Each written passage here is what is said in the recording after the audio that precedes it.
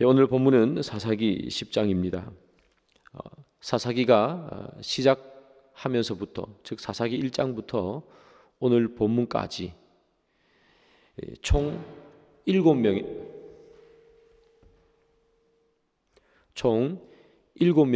사사가 등장합니다. 하나님께서 이스라엘 백성들이 공고를 당할 때마다 이스라엘 백성들은 부르짖었고 그때마다 하나님께서는 사사를 보내주셨습니다. 위기에 처할 때마다 하나님께서는 사사를 보내주셔서 그들의 삶을 다시 되돌리시고 그들의 구원을 이루어 주셨죠. 7번이나 하나님께서는 사사를 보내주었습니다. 그러나 이스라엘 백성들의 삶은 여전히 하나도 변함이 없습니다. 그들은 7번 하나님께서 사사를 보내주시는 놀라운 경험을 하지만 여전히 그들은 우상을 섬기고 있고 그들은 하나님을 신뢰하지 않고 있습니다. 마치 그것을 비웃기라도 하는 듯 오늘 본문에 보면 6절에 보면 이스라엘 백성들이 섬기는 우상의 개수를 7개를 말하고 있습니다. 7명의 사사를 보내주었는데 이스라엘 백성들은 여전히 7개의 우상을 섬기고 있다는 말이죠. 하나님께서 부르짖음에 응답해 주었는데 그들은 그 부르짖음에 아무런 변화가 없었다는 것입니다. 그저 힘들 때 부르짖었을 뿐 그들의 힘듦이 끝나자 곧바로 다시 하나님이 아닌 우상을 섬겼다는 거죠. 참 뻔뻔한 사람들 같습니다. 부르짖기는 하나님께 부르짖고 섬기는 것은 우상을 섬기고 선물은 하나님께 받고 섬기는 것은 세상을 섬기고 참 뻔뻔한 모습의 이스라엘 백성들을 보지만 그러나 그 모습 속에서 우리의 모습이 여전히 보이고 있죠.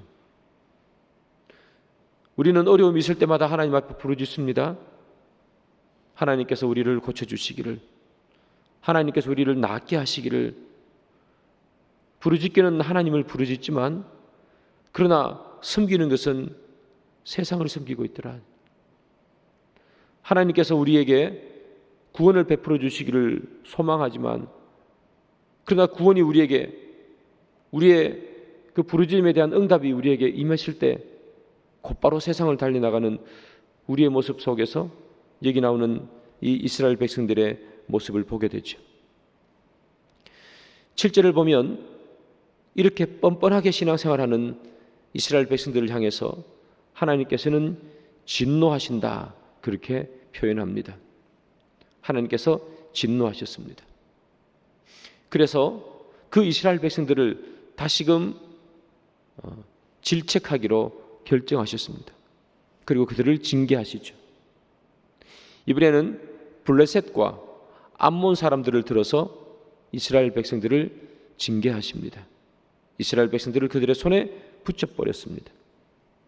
특별히 이 암몬 자손을 통해서 이스라엘 백성들을 18년 동안 억압하게 만들었습니다.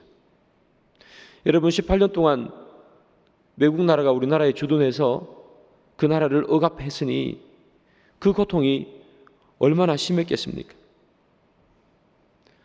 암몬 자손의 그 18년 동안의 압제에 이스라엘 백성들은 견딜 수가 없었습니다. 그래서 그들은 또다시 습관처럼 하나님 앞에 기도하고 부르짖습니다.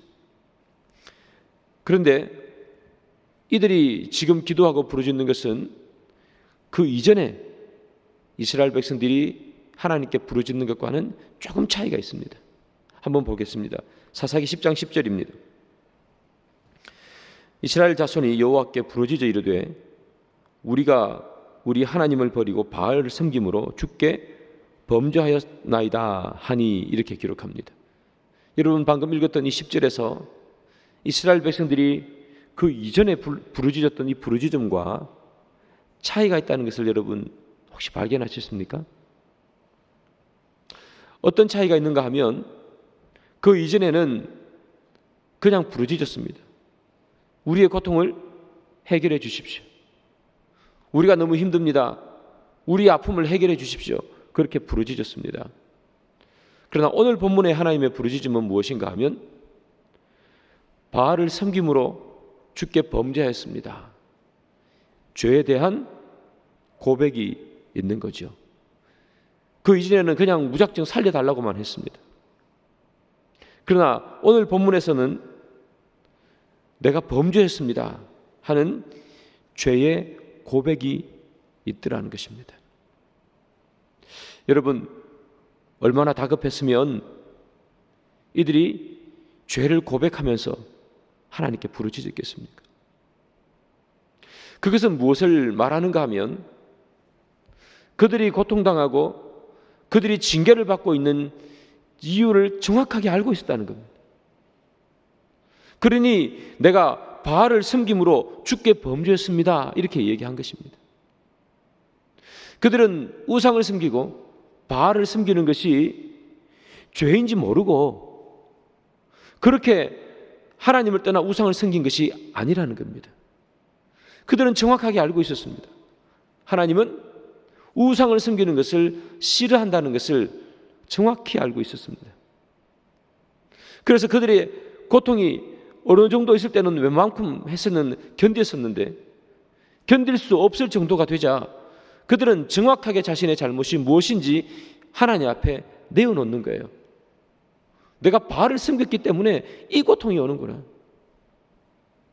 그렇다면 그 이전에도 사사를 7번 보내줬다는 이야기는 이스라엘 백성들이 늘 범죄했다는 이야기죠. 그 이전에도 그들이 아픔을 느끼고 하나님 앞에 부르짖을 만한 고통이 생길 때마다 그 고통이 왜 왔는지 그들은 알고 있었다는 거예요. 우상을 섬겼기 때문에 그래요. 그럼에도 불구하고 하나님께서 고쳐줬더니 그들이 우상을 버린 것이 아니라 또다시 우상을 찾아갔다는 이야기예요. 하나님께서 은혜를 주었더니 세상을 떠나는 것이 아니라 또다시 세상으로 달려가더라는 이야기. 그래서 오늘 본문은 너무 고통이 심하니까 그들의 죄를 고백하면서 살려달라는 거예요. 그들이 무엇을 잘못하고 있는지 분명히 알면도 불구하고 고치지 않았다는 거죠. 내가 이 잘못을 하고 있다는 것을 알고 있음에도 불구하고 버텼다는 겁니다. 하나님의 징계가 오기 전까지. 우리는 우리가 무엇을 잘못하고 있는지 거의 대부분 알면서 살아가죠. 하나님 앞에서 무엇을 내가 잘못하고 있는지, 내가 무슨 죄를 짓고 있는지, 이것이 하나님 앞에서 선한 일인지 선하지 않는 일인지 우리는 너무나 잘 알고 살아갑니다. 그럼에도 불구하고 웬만한 징계가 오기 전까지는 징계가 없기에 그것을 무시하고 살아가곤 합니다. 하나님께서 극심한 징계를 주십니다. 그러자 그들은 죄를 고백하며 살려달라고 외칩니다.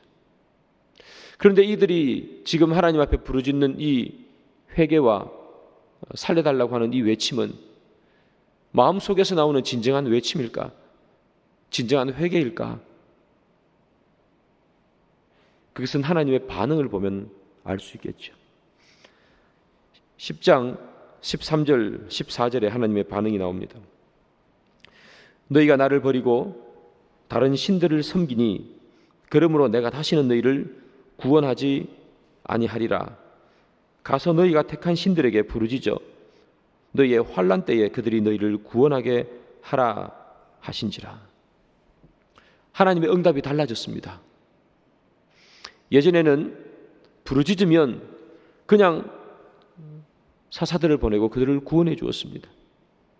이번에는 죄를 회개하면서까지 하나님께 부르짖었는데 하나님은 이들의 기도를 들어주지 않습니다. 하나님께서 이렇게 얘기하죠. 너희가 택한 신들에게 부르짖어 너희의 환난 때에 그들이 너희를 구원하게 하라. 이 말이 무슨 말인가 하면 왜 나에게 부르짖느냐? 너희가 섬기는 신들에게 가서 부르짖어라. 왜 나에게 부르짖고 너희가 우상 섬기는 우상에게 달려가 놓고 왜 나에게 부르짖기는 나에게 부르짖느냐? 너희들이 섬기는 건 우상인데 왜 나에게 부르짖느냐? 그렇게 얘기하는 거죠. 우리의 기도에 응답이 되지 않는 여러 가지 이유가 있겠지만 그 중에 하나는 이것이죠. 섬기는 건 세상을 섬기는데 부르짖기는 하나님을 부르짖는다는 거예요. 우리는 늘 세상을 섬기며 권력을 섬기고 돈을 섬기고 세상의 많은 가치들을 섬기며 살아갑니다. 그런데 부르짖기는 늘 하나님께 부르짖습니다. 7번 사사를 보냈다는 얘기는 하나님께서 7번은 참아줬다는 얘기입니다. 8번째는 도저히 못 참겠다는 겁니다.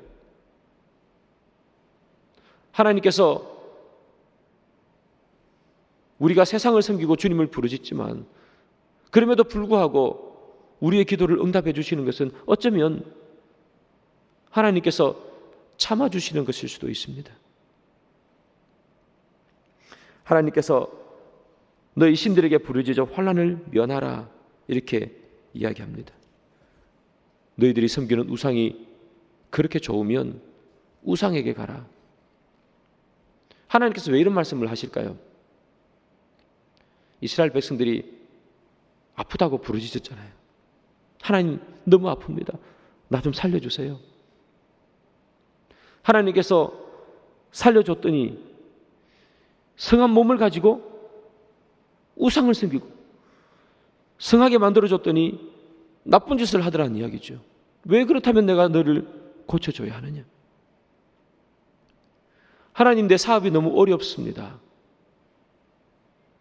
하나님께 막 부르짖습니다. 눈물을 흘리며 부르짖었습니다. 하나님께서 그래서 사업이 잘 되게 복을 주셨습니다. 그랬더니 더 큰 사업 한다고 주의를 섬기지 않습니다. 더 큰 사업 하느라 바빠서 하나님을 섬길 새가 없습니다. 하나님께서 하시는 말씀이죠. 그렇다면 왜 내가 너를 살려줘야 되느냐? 육신의 고통이 너무 심해서 하나님께 기도합니다. 하나님 내 육신의 고통을 낫게 해 주십시오. 살려주십시오. 그래서 하나님께서 불쌍히 여기사 몸을 깨끗하게 고쳐줬더니 이제는 깨끗한 몸을 받아가지고 몸을 관리해야 한다고 주를 섬기지 않습니다. 그러면 하나님께서 하시는 말씀이 그렇다면 왜 내가 너를 고쳐줘야 하느냐? 차라리 아픈 몸, 차라리 잘 되지 않는 사업 때문에 나를 부르짖는 게 어쩌면 더 은혜가 아닌가? 왜 내가 너희들에게 부르짖어야 하느냐? 사업이 안 돼서 사업을 크게 해줬더니 사업한다고 주의를 지키지 않아버리면 그렇다면 나에게 부르짖을 것이 아니라 너희 거래처 사람에게 부르짖어야 될 거 아니냐? 왜 나에게 부르짖느냐 하는 것이죠. 살려줬더니 나를 떠날 것 같으면 왜 내가 너의 기도를 들어주느냐? 사랑하는 여러분, 우리가 하나님께 잘못했다고 하나님께 우리가 살려달라고 그렇게 입으로 회개한다고 해서 그것이 회개가 아니라는 거죠. 진정 하나님을 향한 회개는 삶에 돌이킴이 있어야 한다는 겁니다. 돌이킴도 없이 계속해서 살려달라고만 부르짖으면 그건 믿음이 없는 거라고 얘기합니다. 그래서 하나님은 지금 이스라엘들의 백성들의 회개를 회개로 보지 않고 있습니다. 기대했던 하나님의 응답이 그들에게 나오지 않았습니다. 하나님께서는 기도만 하면 늘 응답해 주시고 사사를 보내주셨는데 이번에는 조금 이상합니다. 당황스럽습니다. 그래서 이 이스라엘 백성들은 다시 한번 하나님께 기도합니다. 사사기 10장 15절입니다. 이스라엘 자손이 여호와께 여쭈되 우리가 범죄하였사오니 주께서 보시기에 좋은 대로 우리에게 행하시려니와 오직 주께 구하옵나니 오늘 우리를 건져내옵소서 하고 이렇게 이야기합니다. 이 말씀은 이런 말이죠. 다시 한번 그들이 하나님께 죄를 회개합니다. 우리가 범죄하였사오니, 주님께서 우리가 범죄한 결과 하나님 하시고 싶은 마음대로 하십시오. 우리를 죽이시려거든 죽이시고 우리를 살리시거든 살리십시오. 하나님 마음대로 하십시오. 그러나 이번만큼은 좀 살려주십시오. 이렇게 얘기합니다. 자, 그리고 여러분, 이제까지 한 번도 하지 않았던 행동을 이스라엘 백성들이 하죠. 16절입니다. 자기 가운데서 이방신들을 제하여 버리고 여호와를 섬김에 여호와께서 이스라엘의 공고로 말미암아 마음에 근심하시니라. 이렇게 기록합니다. 이제까지 하지 않았던 이스라엘 백성들의 행동 하나가 무엇인가 하면 이방신들을 제하여 버리고 해요. 이제까지는 늘 입으로 말했습니다. 구해 주십시오. 하나님이 구해줬더니 이방신에게 쪼로로 달려갔습니다.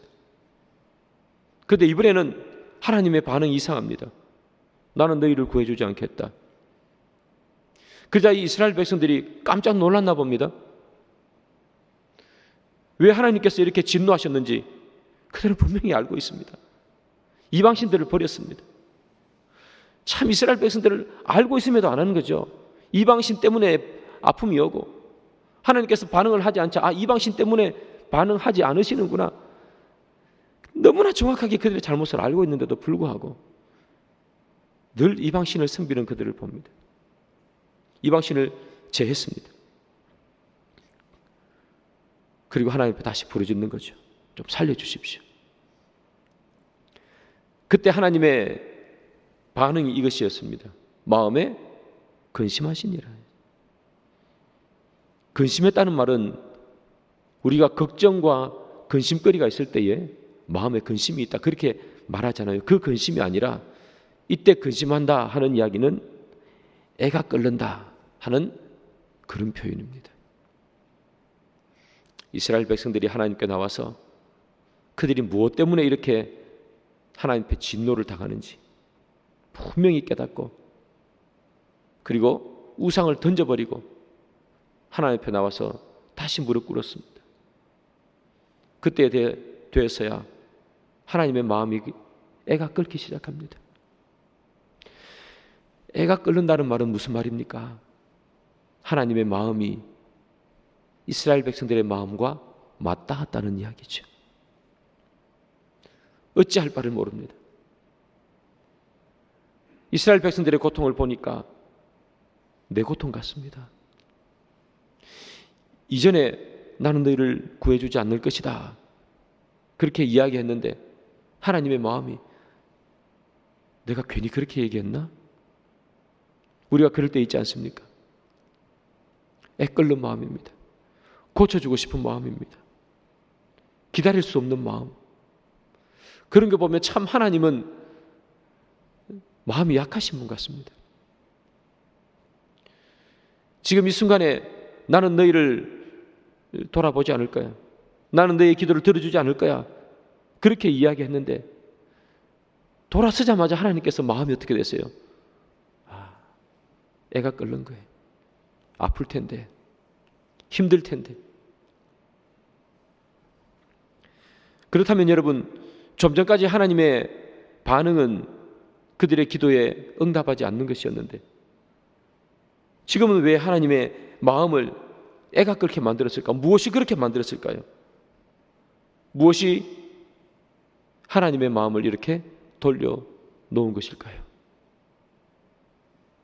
이스라엘 백성들의 기도지요.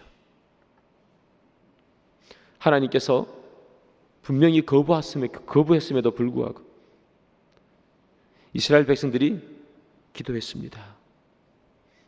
우상을 던져버렸습니다.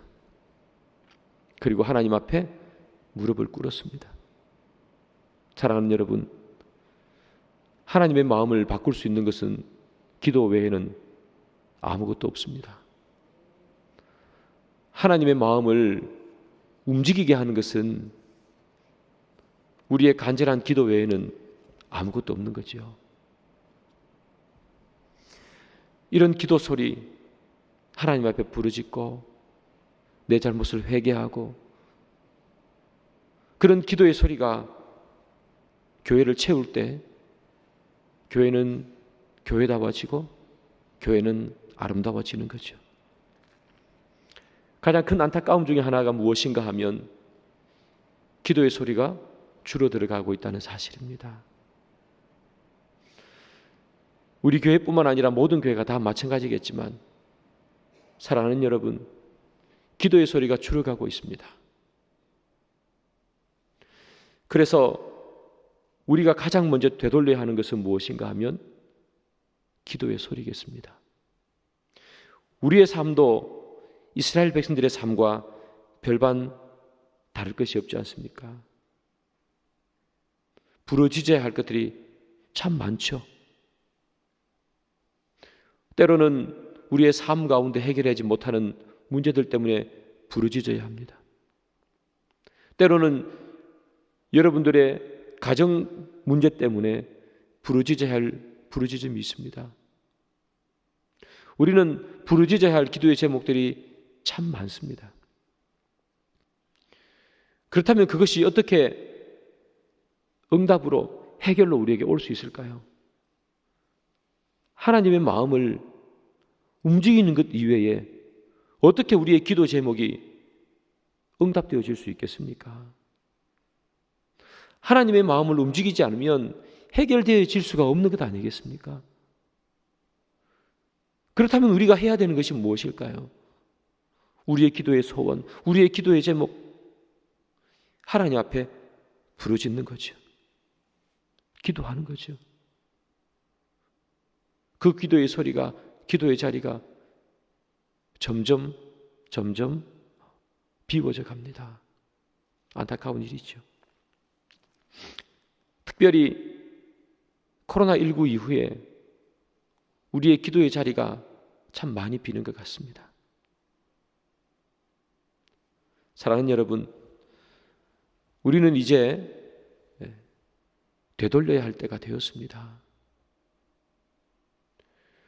코로나의 영향이 아니라 코로나 이전에 하나님 앞에 부르짖고 하나님께 기도했던 우리 그 삶으로 다시 되돌아가야 합니다. 여러분들의 마음속에 기도의 제목이 있다면 제목으로만 가지지 마시기 바랍니다. 머릿속으로 소원으로만 가지지 마시기 바랍니다. 하나님의 마음을 움직여야 우리의 기도의 소원이 이루어질 것 아니겠습니까? 그렇다면 우리가 뭘 해야 됩니까? 우리가 가지고 있는 죄악을 던져버리고 하나님 앞에 기도할 때 하나님의 마음이 근심하더라, 애가 끓지 않겠습니까? 하나님의 마음이 애가 끓어야 우리의 기도도 응답되지 않겠습니까? 그런데 왜 우리는 하나님의 마음을 애가 끓게 하지 못하고 있습니까? 왜 내 마음만 계속해서 끓고 있습니까? 내 마음만 끓는다고 해서 그게 응답이 됩니까?